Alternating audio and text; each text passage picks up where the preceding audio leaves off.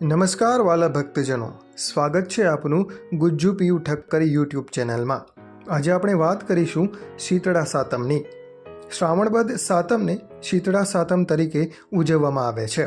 આ દિવસે શીતળા માતાની પૂજા કરીને તેમને કુલેર અને શ્રીફળ ધરાવવામાં આવે છે અને દિવસ દરમિયાન ઠંડુ ભોજન કરવામાં આવે છે। સૌભાગ્યવતી સ્ત્રીઓ આ વ્રત કરે છે। વ્રત કરનારે સવારે વહેલા ઉઠી ઠંડા પાણીથી નહાવું અને આખો દિવસ ટાઢું ભોજન કરવું। આ દિવસે ચૂલો સળગાવવો નહીં। ઘીનો દીવો કરીને શીતળા માતાની પૂજા કરવી અને વાર્તા સાંભળવી।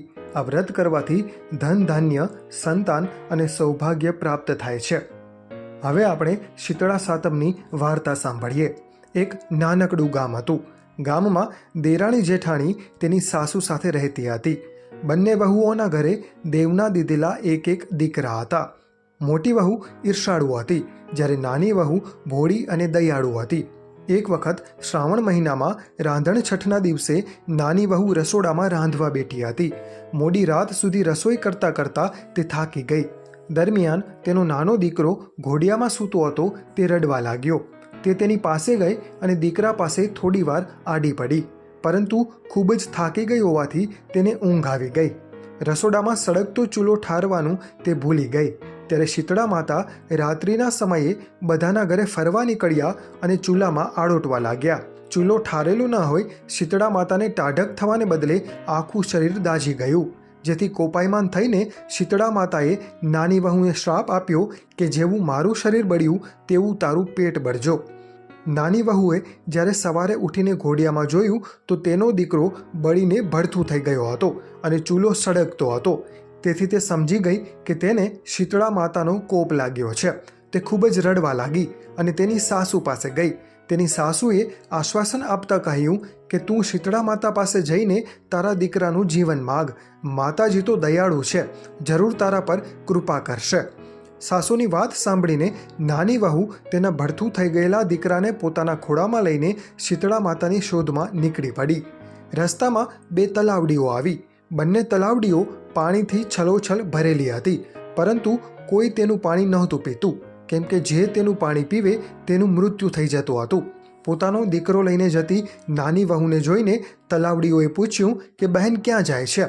તો નાની વહુએ પોતાના પર ઉતરેલા શીતળા માતાના કોપની વાત કરી અને કહ્યું કે હું માતાજીની માફી માગવા માટે જાઉં છું। ત્યારે તલાવડીઓએ કહ્યું કે અમારું પણ એક કામ કરજે બહેન, અમારા પાપનું નિવારણ પણ માતાજીને પૂછતી આવજે, કેમ કે જે અમારું પાણી પીવે છે તે મૃત્યુ પામે છે। એ ભલે ત્યારે એમ કહીને આગળ નીકળી પડી।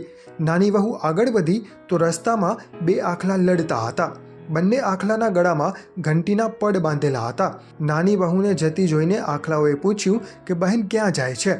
તેણે પોતાની વાત જણાવી તો આખલાઓએ કહ્યું કે બહેન, અમારું લડવાનું કારણ પણ માતાજીને પૂછતી આવજે અને અમારા પાપનું નિવારણ પણ પૂછતી આવજે।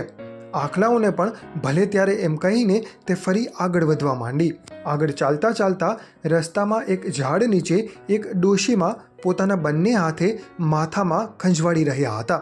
એ ડોશીમાએ વહુને પૂછ્યું કે આમ હાંફતી હાંફતી ક્યાં જાય છે? વહુએ બધી વાત જણાવી તો ડોશીમાએ કહ્યું કે બહેન, જરા મારું માથું જોતી જા। નાની વહુ દયાળુ હોવાથી ના ન કહી શકી। પોતાનો દીકરો તેણે ડોશીમાના ખોળામાં મૂક્યો અને ડોશીમાના માથામાં તે જૂ વીણવા લાગી। થોડી વાર પછી જ્યારે ડોશીમાનું માથું ઠરી ગયું ત્યારે તેણે આશીર્વાદ આપ્યા કે જેવું મારું માથું ઠર્યું તેવું તારું પેટ ઠરજો। ડોશીમાએ આમ કહેતા જ ચમત્કાર થયો અને નાની વહુનો દીકરો ફરી જીવંત થઈ ગયો। નાની વહુ સમજી ગઈ કે આ ડોશીમાં જ શીતળા માતાજી છે। તે માતાજીના પગમાં પડી ગઈ અને પોતાની ભૂલની માફી માગી। ત્યારબાદ તેણે તલાવડીઓના દુઃખનું નિવારણ પૂછ્યું તો માતાજીએ જણાવ્યું કે ગયા જન્મમાં તે બંને શોક્યા હતી। દિવસ ઉગે ત્યારથી દિવસ આથમે ત્યાં સુધી લડતી રહેતી હતી। કોઈને પણ છાશ કે પાણી આપતી નહોતી। તેથી આ જન્મમાં કોઈ તેમનું પાણી નથી પી રહ્યું। તું જઈને એમનું પાણી પીજે તો તેમના દુઃખનું નિવારણ થઈ જશે। ત્યારબાદ નાની વહુએ બે આખલાઓના લડવાનું કારણ પૂછ્યું તો માતાજીએ જણાવ્યું કે ગયા જન્મમાં એ બંને આખલાઓ દેરાણી જેઠાણી હતા। દેરાણી જેઠાણી બંને રાગ દ્વેષથી ભરેલી હતી અને કોઈને પણ અનાજ દળવા નહોતી દેતી। તેથી આ જન્મમાં આખલા બનીને ડોકે ઘંટીના પડ બાંધીને બંને લડ્યા કરે છે। તું બંનેના ગળેથી ઘંટીના પડે છોડી નાખજે તો એ બંને લડતા બંધ થઈ જશે. શીતળા માતાજીના આશીર્વાદ લઈને ખુશ થતી થતી નાની વહુ પાછી ફરી. રસ્તામાં તેને આખલા મળ્યા. માતાજીના કહ્યા પ્રમાણે એ બંનેના દુઃખનું તેણે નિવારણ કર્યું. ત્યારબાદ બંને તલાવડીનું પાણી પીતા તલાવડીનું દુઃખ પણ દૂર થયું. તે ઘરે આવી ત્યારે તેની સાસુ તેના દીકરાને જીવતો જોઈને ખુશીના રેડ થઈ ગયા, પરંતુ તેની જેઠાણી ઈર્ષાથી અંદર બળવા લાગી. આ રીતે 1 વર્ષ પૂરું થયું. ફરી વખત શ્રાવણ મહિનો આવ્યો ત્યારે આ વખતે જેઠાણીને પણ દેરાણીની જેમ શીતળા માતાના દર્શનની ઈચ્છા થઈ. તેથી તેણે જાણી જોઈને ચૂલો સળગતો મૂક્યો અને સૂઈ ગઈ. રાતે જ્યારે શીતળા માતા આવ્યા તો તેમનું શરીર ચૂલામાં આડોટવાને કારણે બળી ગયું. માતાજીએ મોટી વહુને શ્રાપ આપ્યો કે જેવું મારું શરીર બળ્યું તેવું તારું પેટ બળજો.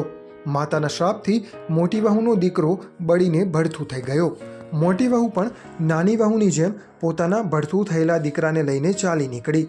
રસ્તામાં તેને 2 તલાવડીઓ મળી. તલાવડીઓએ તેને પૂછ્યું કે બહેન ક્યાં જાય છે? તો મોટી વહુ ગુસ્સે થઈને બોલી કે દેખાતું નથી, મારો દીકરો મરી ગયો છે, એને ફરી જીવતો કરવા માટે શીતળા માતા પાસે જાઉં છું. તલાવડીઓએ કહ્યું કે અમારું કામ કરીશ. તો મોટી વહુએ તેમને ના કહી દીધી અને આગળ ચાલવા માંડી. આગળ જતાં તેને 2 આખલા મળ્યા. આખલાઓ તેમને પૂછવા લાગ્યા કે અમારું કામ કરીશ? તો આખલાઓને પણ તેણે ના કહી દીધી અને ફરી આગળ ચાલવા લાગી. આગળ એક ઝાડ નીચે એક ડોશીમાં પોતાનું માથું ખંજવાળી રહ્યા હતા. ડોશીમાએ મોટી વહુને પોતાનું માથું જોવા માટે કહ્યું.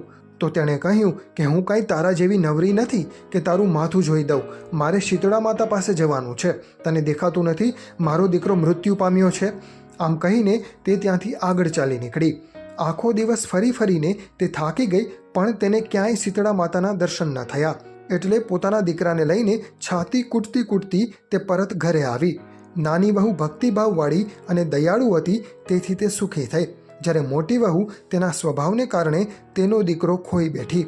હે શીતળા માતા, તમે જેવી રીતે નાની વહુને ફળ્યા તેવા જ તમારું વ્રત કરનાર અને આ કથા કરનાર તથા કથા સાંભળનાર સૌને ફળજો.